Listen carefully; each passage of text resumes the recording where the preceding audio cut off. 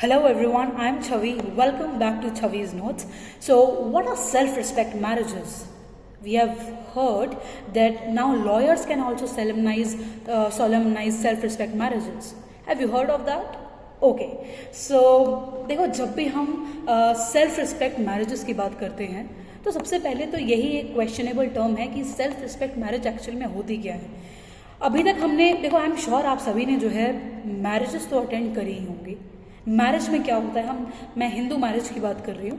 तो जब हम मैरिज किसी भी वेडिंग फंक्शन को जो है हम अटेंड करते हैं तो वहाँ पे जो मैरिज होती है हमने देखा है वहाँ पर क्या होता है कि ठीक है, मैं खाने पीने से बाद की बात कर रही हूँ कि जब हम सबसे पहले तो हम खाना ही खाते हैं ना मैरिजेस में और वेडिंग में। और होता क्या है, हम वेडिंग में जाते हैं, वहाँ पर जो है सबसे पहले खाना पीना खाते हैं, फिर लास्ट में क्या होता है कि वहाँ पर फेरों का टाइम आ जाता है। तो फेरे कैसे लिए जाते हैं? फेरों में हम सबसे पहले एक पंडित जी को बुलाते हैं, पंडित जी आते हैं, वहाँ पर एक होली सेक्रेड फायर होती है, देन वहाँ पे जो है वो ब्राइड एंड ब्राइडग्रूम बैठे होते हैं, देन उसका जो है 7 फेरे लेने होते हैं जिसको हम सप्तपदी भी कहते हैं। सो ये सारे जो मैंडेटरी रिचुअल्स हैं ये परफॉर्म करने के बाद हमारी जो है मैरिज कहलाई जाती है। सो यूजुअली हमने देखा है कि marriage is perform that way that there is a requirement of a priest, upper caste priest, and then there is a holy sacred fire, and then there is saptapadi that is taking of the 7 steps, जिसको हम 7 फेरे भी कहते हैं। अब बात आती है कि recently our honourable supreme court has said that now lawyers can also solemnize self respect marriages. अब देखो, सेल्फ रिस्पेक्ट मैरिज का जो कॉन्सेप्ट है, आपने देखा होगा कि देखो हमने हिंदू मैरिज, जितने भी लॉ स्टूडेंट्स हैं, हिंदू मैरिज एक्ट तो आप सभी ने पढ़ा ही होगा। तो हिंदू मैरिज एक्ट में 1968 में तमिलनाडु गवर्नमेंट ने जो है एक अमेंडमेंट लेकर आए थे। वो वहाँ पर उन्होंने जो है सेक्शन 7A में एक सेल्फ रिस्पेक्ट मैरिज का जो है कॉन्सेप्ट ऐड किया था, जिसको सूर्यमथाई मैरिजेस भी कहते हैं।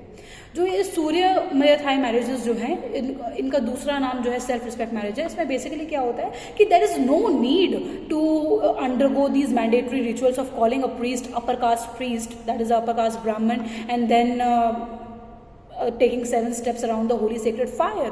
No, there is no need, because जो couples जो हैं इन सारे मैंडेटरी प्रोसीजर्स से, जितने भी रिचुअल्स हैं, इनसे डिविएट करना चाहते हैं और वो सिर्फ जो है डिक्लेयर करना चाहते हैं कि हमें जो है ये मैरिज, ऐसे मैरिज फॉलो नहीं करनी है, लेकिन वो जो है एक पब्लिक डिक्लेरेशन देते हैं जो कि सेक्शन 7A में लिखा हुआ है, बाय टाइंग अ ताली and all these things in front of the relatives और फ्रेंड्स और एनी अदर पर्सन्स। तो ये जो मैरिजेस होती हैं जो कि बिना किसी ब्राह्मण या फिर अपर कास्ट ब्राह्मण जो कि प्रीस्ट होते हैं, या फिर बिना किसी 7 स्टेप्स लिए, या फिर ये जो है ये होली सेक्रेड फायर जलाए जो होती है, इसको हम जो है बेसिकली सेल्फ रिस्पेक्ट मैरिजेस कहते हैं। पहले एक जजमेंट थी, that was S Balakrishna Pandya versus inspector of police. This was the judgment of 2014 Madras high court. So recent judgment है 2014, अभी ज़्यादा टाइम तो हुआ नहीं है 2014 में। ओके, सो इस जजमेंट में ये हेल्ड किया गया था कि ये जो मैरिज है, मैरिज जो कि परफॉर्म की जाती है एडवोकेट्स के द्वारा, कौन सी मैरिजेस? ये सूर्यमथाई मैरिजेस, जिसको हम सेल्फ रिस्पेक्ट मैरिजेस भी कहते हैं, ये मैरिज बिल्कुल भी वैलिड नहीं है। जो भी मैरिजेस मैं सेल्फ रिस्पेक्ट मैरिजेस की बात कर रही हूँ, इस केस में हेल्ड किया गया था कि जो भी सेल्फ रिस्पेक्ट मैरिजेस जो है एडवोकेट्स के द्वारा परफॉर्म की जाती हैं, वो मैरिजेस बिल्कुल भी वैलिड नहीं होंगी। सो ये जो थी 2014 के बाद का स्टेटस ये था। लेकिन इस बार जो है जो ओरिजिनल जितने भी डिस्ट्रिक्ट कोर्ट, हाई कोर्ट्स हैं, वहाँ उन्होंने तो यही वाली जजमेंट फॉलो करी, बिकॉज बेसिकली वो सेम पेडिस्टल पे थी। लेकिन जब ये मैटर जो है ऑनरेबल सुप्रीम कोर्ट के पास पहुंचा, तो वहाँ पर दे हेल्ड कि देखो एडवोकेट्स, कोई भी इंसान है यार, देखो उसकी 2 कैपेसिटीज होती हैं, एक प्रोफेशनल लाइफ होती है और एक पर्सनल लाइफ होती है। Same is the case with the lawyers and advocates. Advocates का क्या होता है कि एडवोकेट्स का एक प्रोफेशनल लाइफ भी है और एडवोकेट्स की जो है एक पर्सनल लाइफ भी है। तो उसमें यहाँ पर जो है जो एडवोकेट्स हैं, they can solemnise self respect marriages, but in their private capacities means as a friend or as a relative or any other person. मतलब सेक्शन 7A में लिखा है ना कि you in front of relative, friends और any other person. तो जो advocates हैं वो as a friend, as a relative और एज एनी अदर पर्सन इस कैपेसिटी में तो जो है वो मैरिज सोलमनाइज कर सकते हैं, लेकिन प्रोफेशनल कैपेसिटी में जो है बिल्कुल भी नहीं कर सकते. सो बेंच जो थे, मैं बेंच के नाम बता देती हूँ कौन कौन से जस्टिस. इट वॉज 2 जज bench. So it was justice S Ravindra Bhatt, honourable justice S Ravindra Bhatt, and the second जज was honourable justice Arvind Kumar.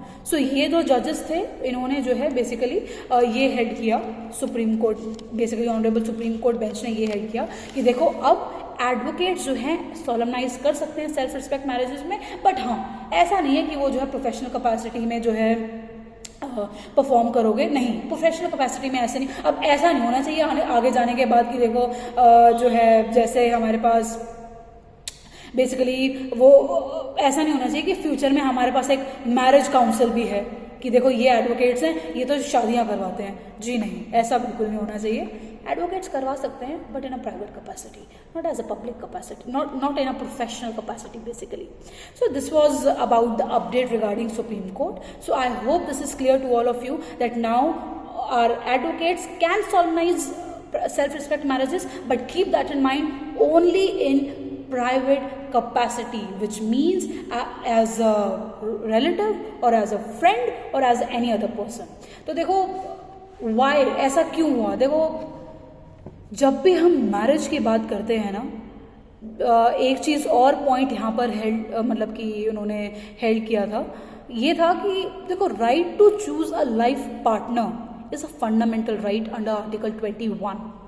हम जितने भी लोग हैं, हम सबके पास एक राइट है कि हमको जो है अपना पार्टनर, अपना लाइफ पार्टनर चूज करने का जो है सभी को राइट है.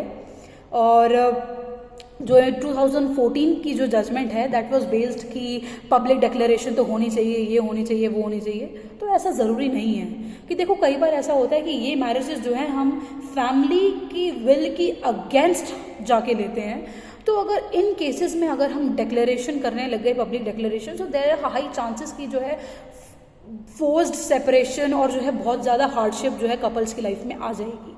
सो that is why right to choose a life partner is a fundamental right under article 21. So there is no need कि आपको जो है डिक्लेरेशन जो है ज़रूरी हो. तो बेसिकली तभी लिखा हुआ है रिलेटिव्स या फिर फ्रेंड्स या एनी अदर पर्सन. तो I hope this is clear. Thank you so much. And yes, mind you, this is a Tamil Nadu government amendment in the Hindu Marriage Act. So I hope you all will keep this in mind. Thank you so much. Bye bye.